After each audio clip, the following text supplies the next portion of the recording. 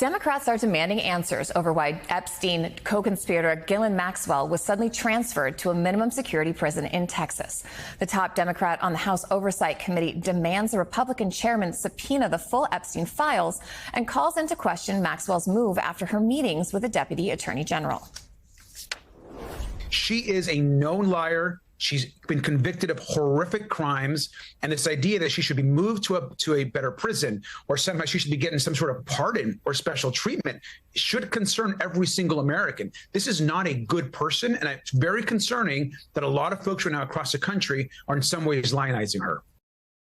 Joining us now is Virginia Congressman Suhas Subramaniam. He's a member of the Oversight and Ethics Committee. Congressman, thank you for taking time on a Sunday. I do want to ask you what questions and concerns you have about Maxwell's move. Is this being blown out of proportion, or do you think this is a really important thing that needs to be dug into? No, I mean, she's getting special treatment, it seems. I think what we really need to be doing is treat her like every other prisoner, especially one who is looks like she's committed perjury multiple times and has helped assist the rape of young women. So I agree with the ranking member. She is not a good person. We should be making sure that we also get real answers from her, because it seems like this administration right now is not being transparent about what it knows and what it has when it comes to this case. I also want to ask you, the Oversight Committee Chair, Republican James Comer, has agreed to postpone Maxwell's congressional testimony until after the Supreme Court resolves her appeal. What do you make of that decision? I think this is another delay tactic. The fact is House Republicans don't like this conversation. It's uncomfortable to have a viewpoint that's different from the president. And the reality is they usually just get in line with the president anyway. And so in this case, they're just trying to delay and hope that the American people forget about the fact that the president campaigned on releasing the Epstein files, and now that he knows that he's in them, doesn't want to release them. That seems to be what's happening right now. And so, the American people want answers, and I think we should be getting them now. And this seems like just a delay tactic. Well, and speaking of delay tactics, Comer also still has not subpoenaed the actual Epstein files. Why do you think he's stalling there? Is it all the reasons you just mentioned? Yeah, it's because he doesn't want to. He and House Republicans generally, and the Republican Party as a whole, they do not want to be on the bad side of President Trump. They want to do whatever President Trump says because they are the party of President Trump, right? And we've seen Republicans even say that explicitly. And so they'll do whatever he says. In this case, he doesn't want damning information about himself released. And so he doesn't want to release these files that he campaigned on releasing over the past couple of years. So it's pretty clear that it's a delay tactic. It's an uncomfortable situation for them. And the way the president has responded to all these things about the Epstein files, it makes me feel like there's a lot there that maybe even a lot of us didn't expect would be there. And so we really want to know what's in them and what's going on. I mean, you also seem to really want to know what Maxwell will say, but I got to ask you, prosecutors and the judge in Maxwell's trial said she lied under oath and didn't take responsibility for her actions. So I'm wondering why the Oversight Committee believes she's going to be a credible witness, that she's going to tell you anything that you can trust. What do you want or expect to hear from her? Yeah, I want to give her the chance. I don't trust her. I don't think she's a truthful person, but I still want to get some answers and at least hear what she has to say. And one of the things that concerns me is that the president is clearly hanging the possibility of a pardon over her head. And the president's former personal lawyer, who's now at the administration, went down there and talked to her for, I think, almost 10 hours. And so, yeah, I think her as a witness is probably compromised. But, sometimes you put people in Congress or on the stand and they see the light or they.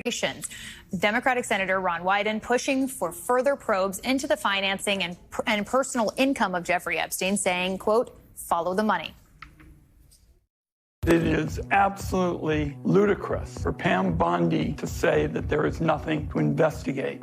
4,000 wire transfers, that is a heck of a lot of lines for possible investigation. But Trump's DOJ had no interest in spending a significant amount of time looking at those files at the Treasury Department. They didn't go to Treasury because they didn't want to face the facts. Joining us now is veteran investigative reporter Barry Levine. He's also the author of The Spider, Inside the Criminal Web of Jeffrey Epstein and Ghislaine Maxwell. Barry, thanks for being with us. You've covered the Epstein story for decades now. You wrote a recent article about the 9 unanswered questions that you still have about this story.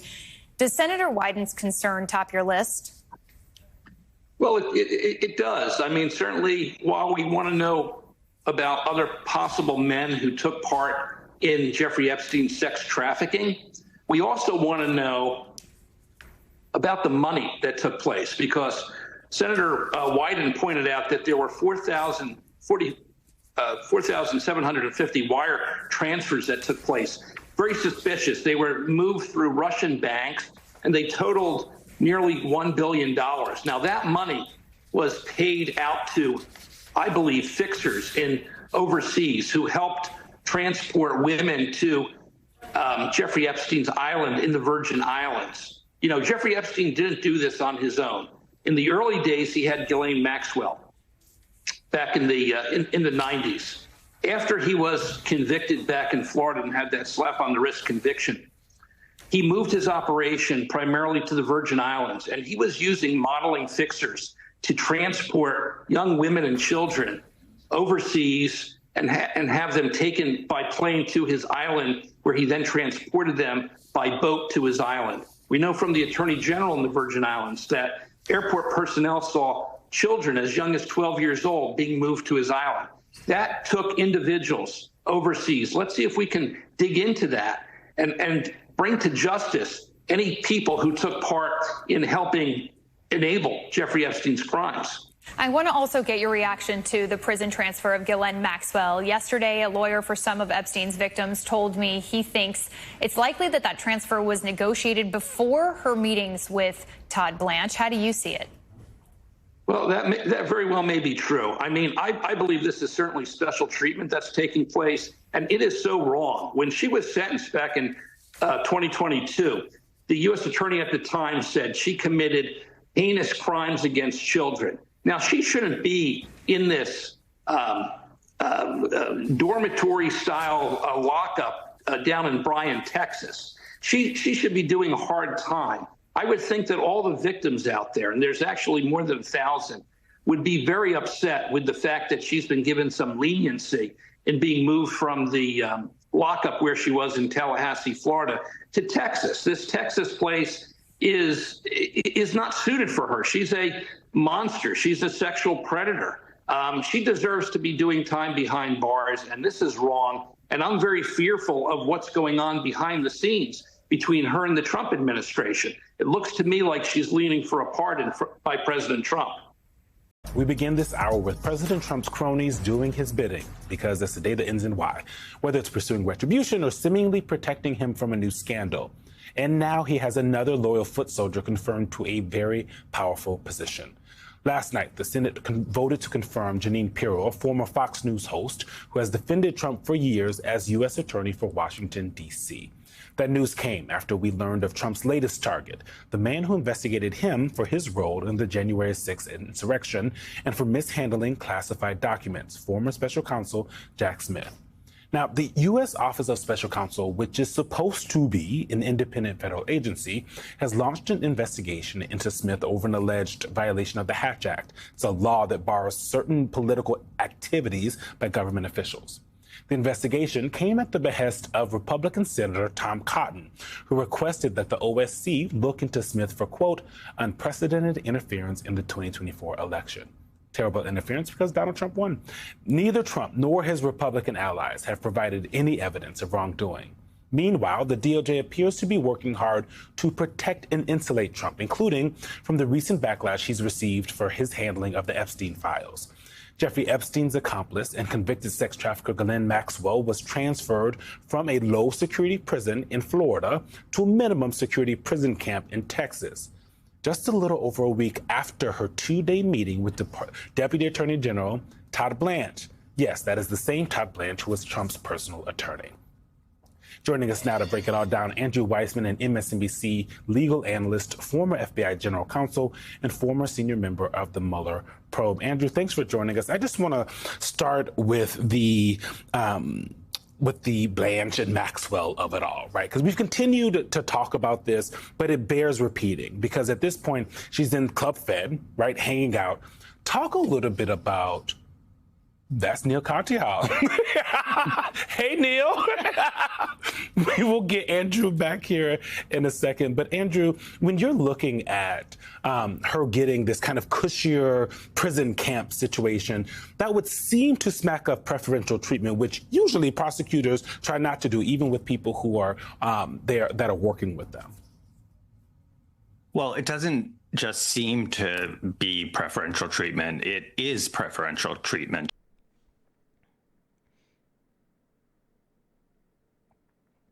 Folks, Trump's key dangling, his dangling of the keys, it's not working like it used to.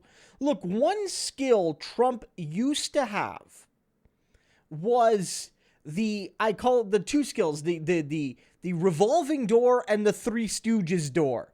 And he always was able to kind of use that. And sometimes he was doing it on purpose, and sometimes he was just sort of like lucky that it all just worked out for him. But with the revolving door scandal is that there's always a new scandal. So Trump does something insane, and we cover it, and he gets hammered for it, and there is like actual coverage.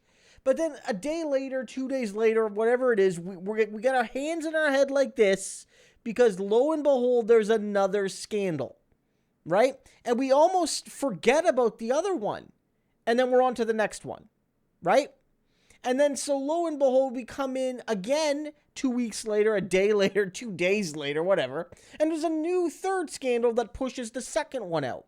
And the Three Stooges one is like there's so much happening at once, it almost paralyzes the coverage and it prevents us from really hammering down. But the Epstein stuff, it's cut through. And it's not the only thing we're talking about, right? It's not the only thing. But what it is it's a story not going away. One, it's a story that has animated his base. It's a story that's carrying through the adoption of newer scandals. We've seen it where MAGA's not even being tricked by it. MAGA online is like, I don't care, Donald, about this. I don't care about you. Oh, you pretend. They had a post online where Trump cronies were like, not a single illegal person has crossed the border in the last 3 months. First of all, there's no chance that's possible that not even one undocumented person has crossed the southern border. But the MAGA in the comments were like, I don't care. Give me the Epstein files. These are MAGA people. You can tell by their post history and their mutual followers. MAGAs being like, I don't care. And also, it's synergizing with other stories. Why is Trump trying to gerrymander Texas? Because he knows that if the Democrats take back the House, they're going to investigate Epstein. Why is Trump killing off anybody in the federal government that wants to oppose him? Because independent public servants that share information will, among other things, hammer him on Epstein. So it's all converging and crushing him.